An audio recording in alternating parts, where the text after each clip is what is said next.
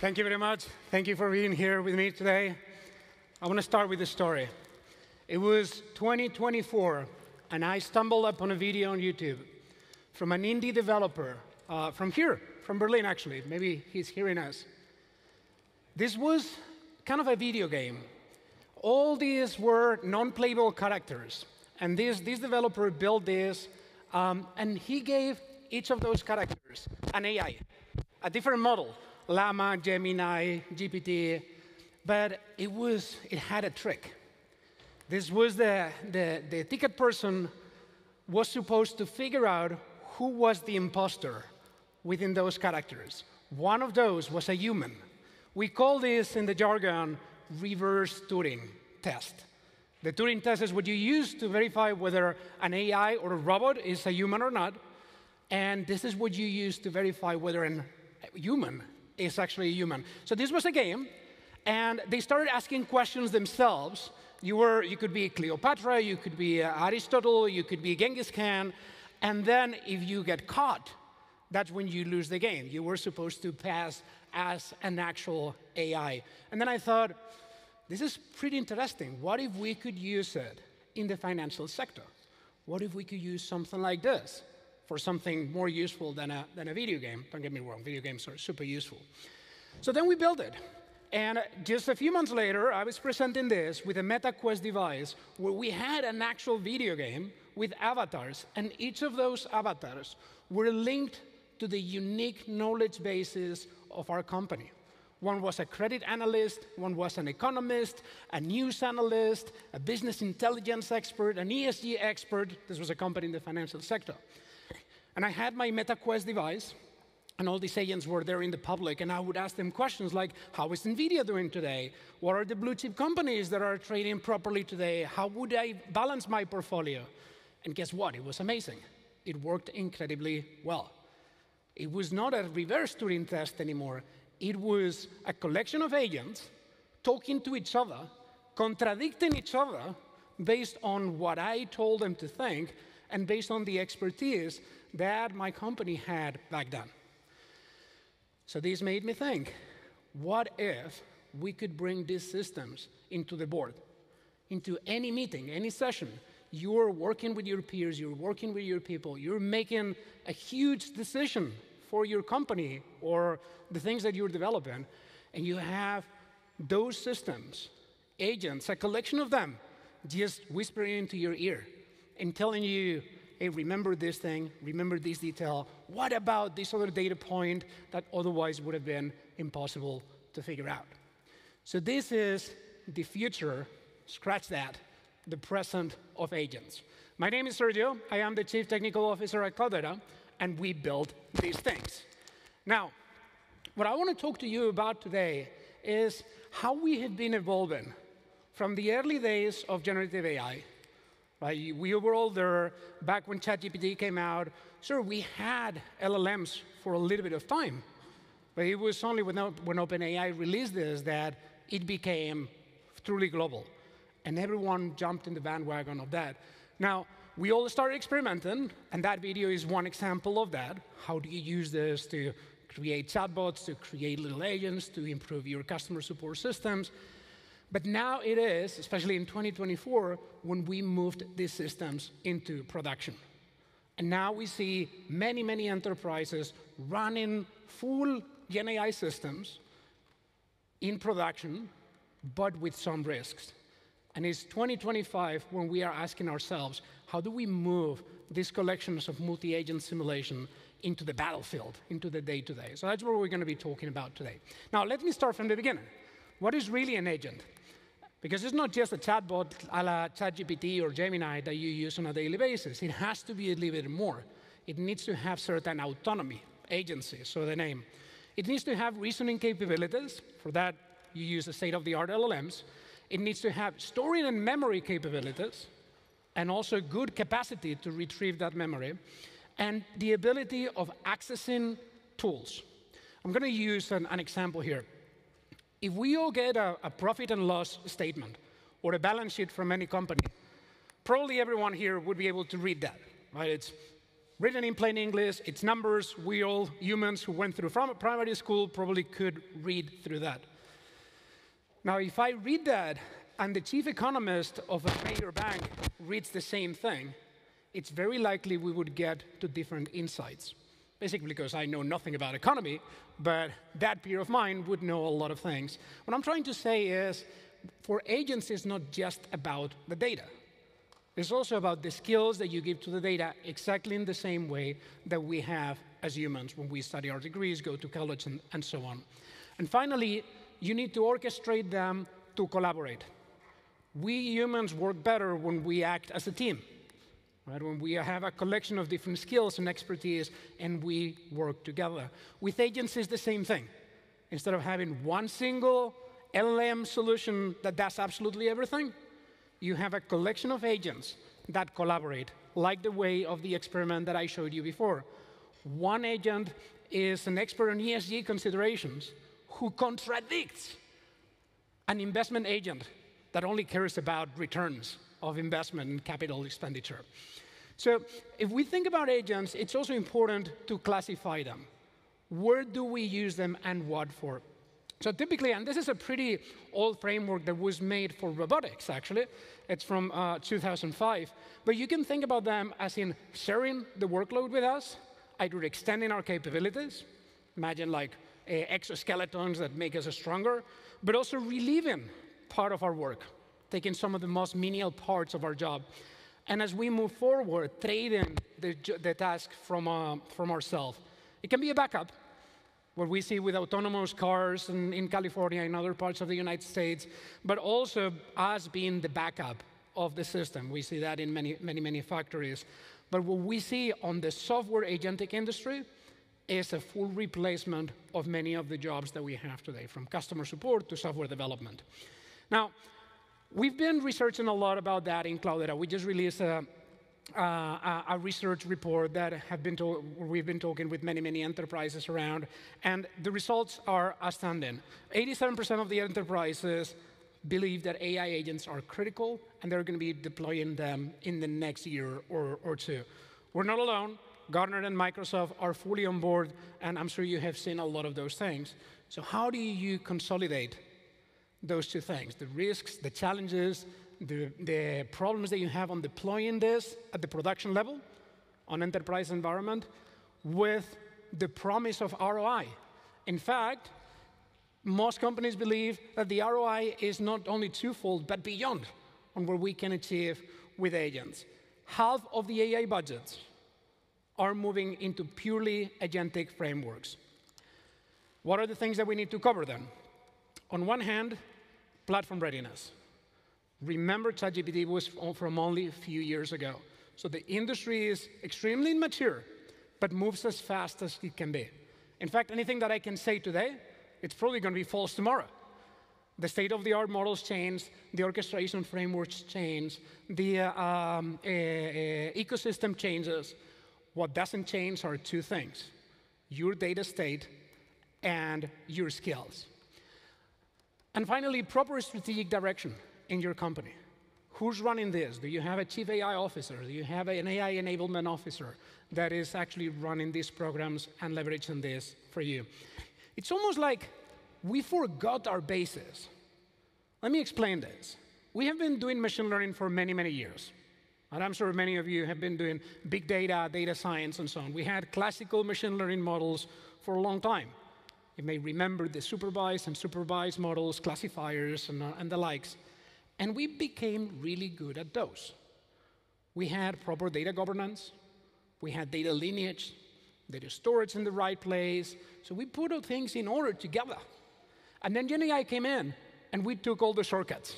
Let's forget about all that stuff. Let's just move into doing a nice vibe-coded experiment in production. I'm sorry, but it doesn't work that way. You still have to do your homework and do proper data governance, literacy on your system, and data quality as well. You probably have heard about the garbage in, garbage out. If you have an LLM that uses retrieval augmented generation to feed proper information to the chatbot, but your data is rubbish, what is this chatbot going to tell your customers? So a good way of thinking about this is going back to the basics. And I like to use, this is from one of the Bibles of data engineering and data science. It's the Fundamentals of Data Engineering by Joe Rees. It's the model of data that most practitioners in data use and have been using and use today, right? We think about data as what is generated, how does it move through ingestion, preparation, transformation, and serving the data. In the past, serving the data was about making strategic decisions as a company. You analyze it, you put it on a data visualization dashboard, you build reports, and then you make decisions about that. Maybe you do machine learning, maybe you use it to hydrate your customer data and stuff like that. Pretty standard. Again, we've been at this for over 20 years successfully. And then you have all these undercurrents from security of the data, lineage, data operations, architecture, and of course, software engineering. Why have we forgotten about this? Why are we not using all these things to build agents? So an upgrade of this system, thinking about agents, is when you have, again, your sources of data, way of discovering where all these data states are, effectively the information that you feed the agents, the normalization and testing, effectively asking 1,000 times one agent one question that you know the answer for, and testing how often it gives you the right answer. That's pure benchmark. It's pure quality assurance, as we do in software engineering, but we somehow forgot to do that in agentic AI. You need to embed all that and then do the delivery, either through a chatbot, through a decision-making process, through a customer support assistant, or through a video game like the one that I just showed you. So if this framework makes sense, how do you make it real? How do you bring it into production if one of the challenges that I showed you before is lack of maturity in the industry, lots of frameworks that are still in development, plenty of startups, extremely well-funded, but who knows where are they going to be? We already have a lot of solutions for that, right? On data control and access, we know how to centralize all this through our retrieval augmented generation, using our data states. There are companies like Cloudera, Databricks, Snowflake, AWS, plenty of solutions out there, each one with their own flavors. Of course, I would recommend our own. The LLMs, they keep changing, but when you have private AI requirements, and the previous speaker made a lot of really good points on the need of controlling your own destiny. What happens when your third-party provider changes the model overnight? Who used ChatGPT 4 or GPT-4 before? How many of you have switched over to GPT-5? Is it the same? Same prompts work? All right. It's almost like a different system. Sure, better for some things, but now imagine you have a business-critical process that relies on GPT-4. Let's say you're running a credit analysis report that you're going to make financial decisions on that. And then OpenAI changes the model. They don't have to tell you anything. But then all your outputs are going down the drain. Maybe they're better, or maybe they're worse. They change the pricing. They change the throughput, the capabilities. And by the way, this applies to every single third-party provider out there that you pay by the token. You need to own your own destiny and have private AI in the same way that you have your own brains and your own people in your company that you train, you mentor, you coach. These brains of the system, what we call the brain of the enterprise, needs to be driven by you. By the way, this can be on the cloud, this can be on premises, on your own GPUs. It doesn't matter as long as you control the life cycle of the model. Sometimes I ask some of our clients, hey, as a bank, what if a third-party company could go inside the guts of your banking system, the one that manages your bank wire transactions? Someone goes in and changes the code. Probably that sounds completely nuts, right? Well, but that's what's going on with LLMs today. So we need to be very careful about that. Obviously, orchestration with the different connections. Your agents have to access the same systems like your humans. Think about agents not only as little Jiminy crickets, right? Things that are supporting us as humans, but also as an army of interns that become your digital colleagues. Companies tomorrow will have as many agents, if not more, than humans. And in the same way that you go with your access card, you can access certain places of your company, you can access certain files, you can request certain information. The same applies to agents. I'm sure that if you go to your HR department and you ask for the whole information about payroll for your peers, they may not be very keen on providing that information, right? Well, in some systems, I've seen companies with agents that they have all that information. So we need to think about that orchestration system. Where is the data? The data may live on your Salesforce, may live on a Confluence page, may live on Slack, may live on a server on the internet that lives in your office. In the same way that you as humans can access this data, you have to provide that information. Now, we have a lot of advancements in that. Many of you would have heard about MCP servers, A2A, and other protocols that are coming up. All this is evolving in real time as we speak, but these are the ways that we orchestrate and build these systems. What matters is that you measure the outcomes from cloud anywhere, any location, data anywhere. It can reside in any place in the organization, and then AI everywhere for your internal systems, external systems, and such. If you think about it from a workflow perspective, it's about the knowledge capabilities, your knowledge hubs or your knowledge bases, the way you build AI agents, and for that we at Cloudera partner with NVIDIA so you can have your GPUs, the governance as a key component that needs to be there, and that creates the enterprise brain. Enterprise brain, think about it as your agentic HR department, if you will. And in the same way that we have HR, there's going to be a mix of HR and IT managing all this. So think about it in a similar way to this, and sorry because the slide is a little bit small, but you have today a sort of marketplace or catalog where you have all your digital colleagues. Today, most of you will have a directory where you go and find, hey, who's this person in accounting? Who's this person in marketing? What are they doing? What is their email? What is their phone? Think about that the same way with your agents, a place where you go and say, hey, here is my copywriter that can help me write in a blog post or a LinkedIn post.